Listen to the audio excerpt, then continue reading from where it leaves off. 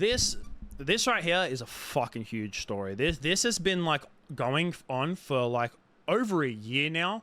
It's been going on for so long that like I think that even when this like all first started to go down, I really hadn't been making content, at least on this channel, and wasn't making any commentary content. So this is my first time that I'm ever making a video about this, and this is the whole entire Logan Paul NFT crypto zoo fucking scam and drama that's been going on for, like I said, for so long now. I can't remember exactly like when this all exactly like really actually started. I do know that like because I had to watch CoffeeZilla's video just to get a little bit more background about this, because I kind of knew a little bit about crypto zoo, but not enough to like to the point where it's like I can confidently make my video and give my side of the story and give my 2 cents about what I think of this situation. But his video came out in December, like late December of 2022. So like I said, this has been going on for like over a year now. It's been going on for a long period of time. And even this whole thing, like when Crypto Zoo was first announced, was like, is going back, I think it was going back all the way until like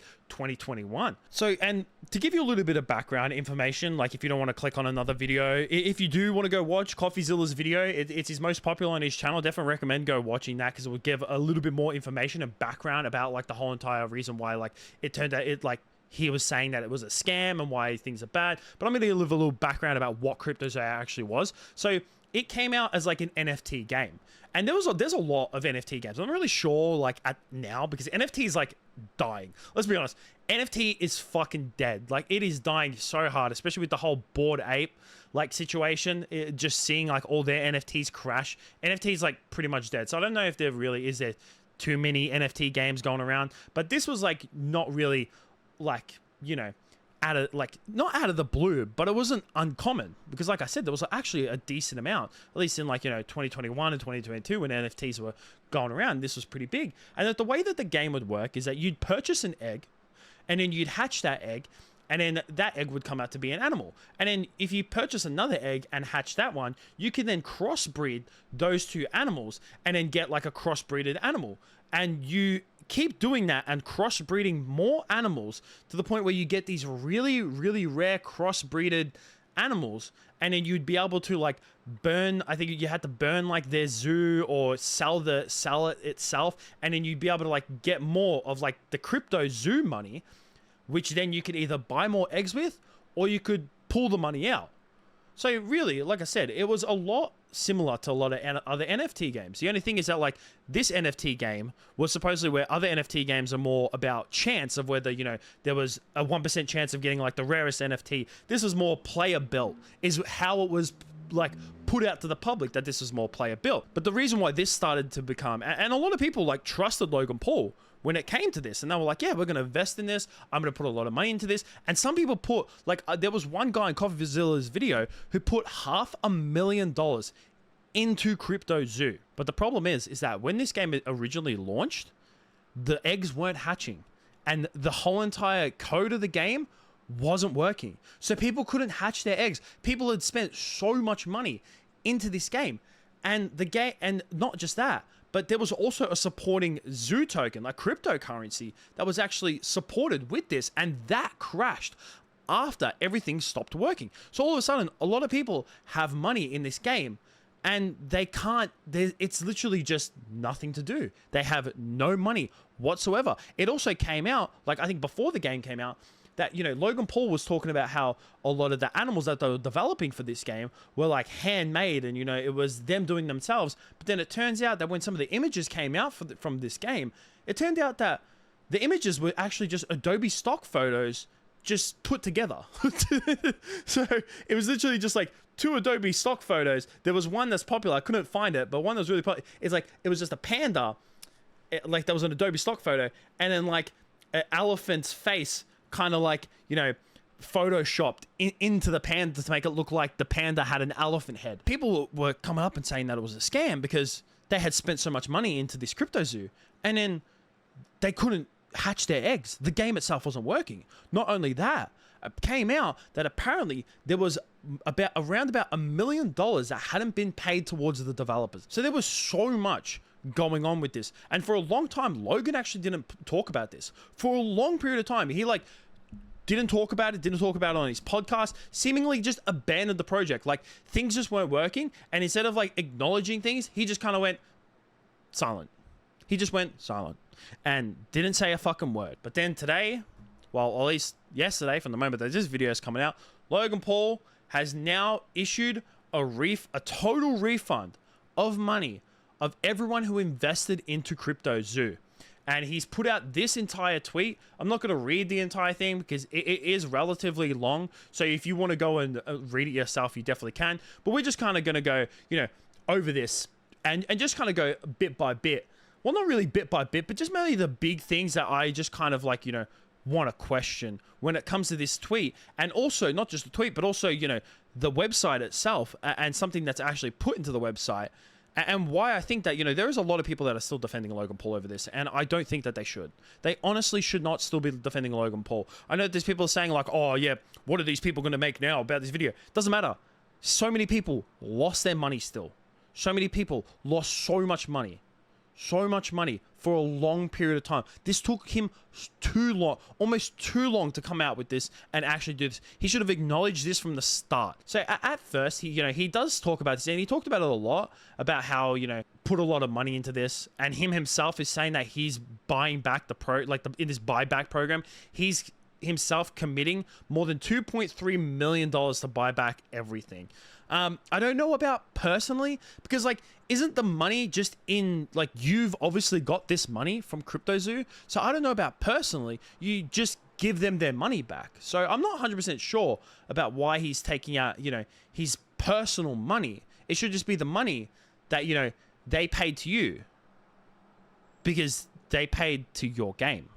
So obviously you have the money somewhere in a CryptoZoo bank account. He's also talked about how he's now suing the bad actors, supposedly. I don't really know exactly what he means, and no one else really knows what he means by bad actors. He's saying that they are the ones who derailed CryptoZoo. From what I'm getting, and from what I think everyone else is like kind of perceiving, is that he's talking about, he thinks that, or at least what he's giving information to us, is that it seems that some of the developers in the team were the ones who sabotaged this project. Because that's what he said. He said CryptoZoo was derailed by bad actors. Well, the only people that could have really derailed this project, because it was the game itself that wasn't working. The code itself, the source code itself was not working. The only real people that could have been involved in that is like the programmers and the developers of the code and of the game itself. So obviously he feels that, there's some people in the company who sabotage his game, and he's now launching a lawsuit against these people. But let's be honest, I mean, if you weren't paid to do a job, then, I don't really think you have much of a basis to go on to say that, they sabotage your work. Well, you didn't pay these motherfuckers in the first place. Of course they're going to retaliate in one way or another. Of course they're going to, so-called, derail CryptoZoo because you supposedly didn't pay them as well. He does go on and say that he personally spent $400,000 to have this game develop. I think that with these kind of lines, he's kind of just trying to pull some sympathy cards and make himself seem like, I put so much money into this, so much effort into this, and it just didn't pay off, blah, blah, blah, blah, blah. It's like, we would have felt sorry for you if you acknowledged things from the start, but it took you way too fucking long. He also says that as well in this tweet, that in terms of this buyback, this is to compensate everyone who personally put money into the CryptoZoo game. So if you put money into the Zoo token, the cryptocurrency that I talked about, where the cryptocurrency was there to support like CryptoZoo, they were released at the same time, and the Zoo token was there to like help support the game, and wasn't really like that's all it was. It was just a support for the game. It wasn't necessarily like linked with the game directly. It was more of an indirect link. He's not like compensating anyone for the Zoo token. So if you invested a lot of money in Zoo token and you lost that, too fucking bad. Which I think is like, it's fair enough, but at the same time, you're like, the Zoo token plummeted after the CryptoZoo game actually stopped working. So if you think about it, it's just like, well, I mean, it kind of is your fault that these people lost their money in the Zoo token. At least you're paying these people back from the CryptoZoo game.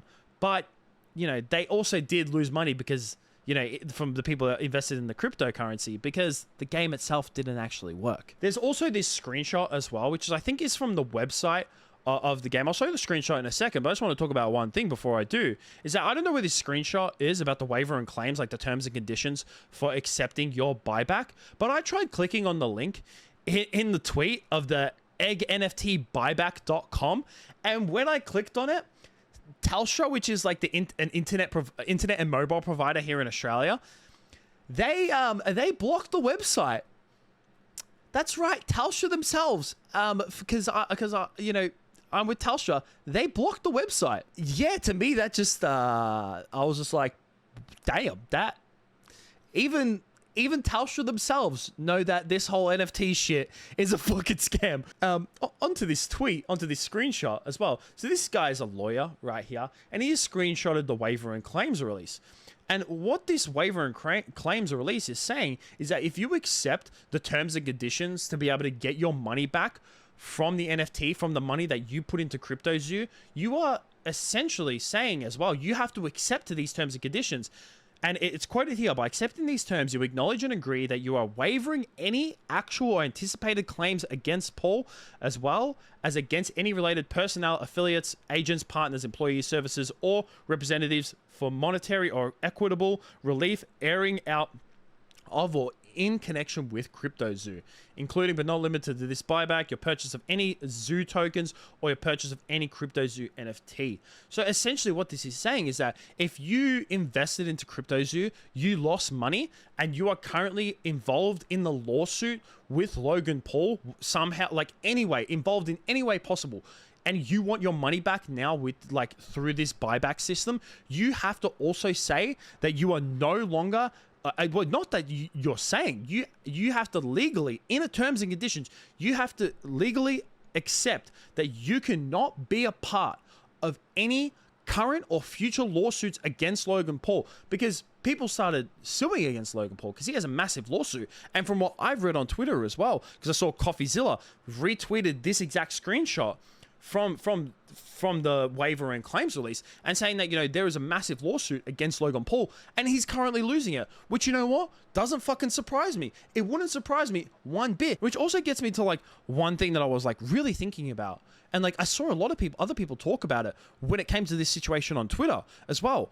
And I strongly agree with this too, is that the only reason that like Logan Paul is getting sued, and the reason why he's applying this buyback system, is because of the amount of pressure that he got from a lot of these commentary channels, especially CoffeeZilla, because I think his was like probably the most popular one and the one that blew up the biggest. I know I see like heaps of other creators react to it, even like Asmongold reacted to it as well. Heaps of creators reacted to it, and it got extremely popular. Like I said, it's the most popular video on his channel, and it essentially like made him even more popular than he already was. Like, I think at the time, CoffeeZilla had like just a bit over 1 million subs, where now he's sitting at like 3.5 million subs as well. So obviously blew his channel into the stratosphere of already was. And I feel like if it wasn't for those videos, and it wasn't for like this public pressure, I feel like Logan Paul wouldn't have done anything. If it wasn't properly investigated into being a scam, like, there's no way that Logan Paul would have done anything. I'm convinced that he would have gotten away with it. He would have just rode off into the sunset with all of these people's money. People would have been just like missing. Like, there's millions of dollars that people put into this. Like I said, altogether, millions of dollars. There was one dude that CoffeeZilla interviewed. He spent 500,000 Australian dollars. This man spent, this one dude spent $500,000 Australian, which is $333,000 US, which is, yeah, don't fucking talk shit about Mars, all right? Our dollar is terrible. I understand. It's still a lot of fucking money. 500 grand. This one dude, one guy invested. So just imagine the amount of people that invested in total. In total, the millions and millions of dollars was put into by people into this game because they thought it was going to make them a lot of money. And then they just got scammed.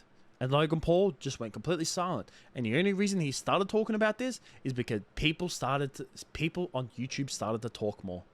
That's the only reason. It's because people started. He got pressure from these YouTubers. So I give props to people like CoffeeZilla, because a lot of people on YouTube are just like, oh, what's CoffeeZilla going to do now? Blah, blah, blah, blah, blah. Well, he exposed Logan Paul for the scam.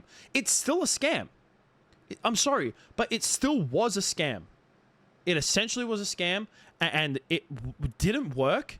people lost so much money, and after like more than a year, it's been so long since people like the game didn't work itself. It's been so long since people lost their money that now, after all this fucking time, he's finally putting this buyback system in, which is like, yeah, that's a positive.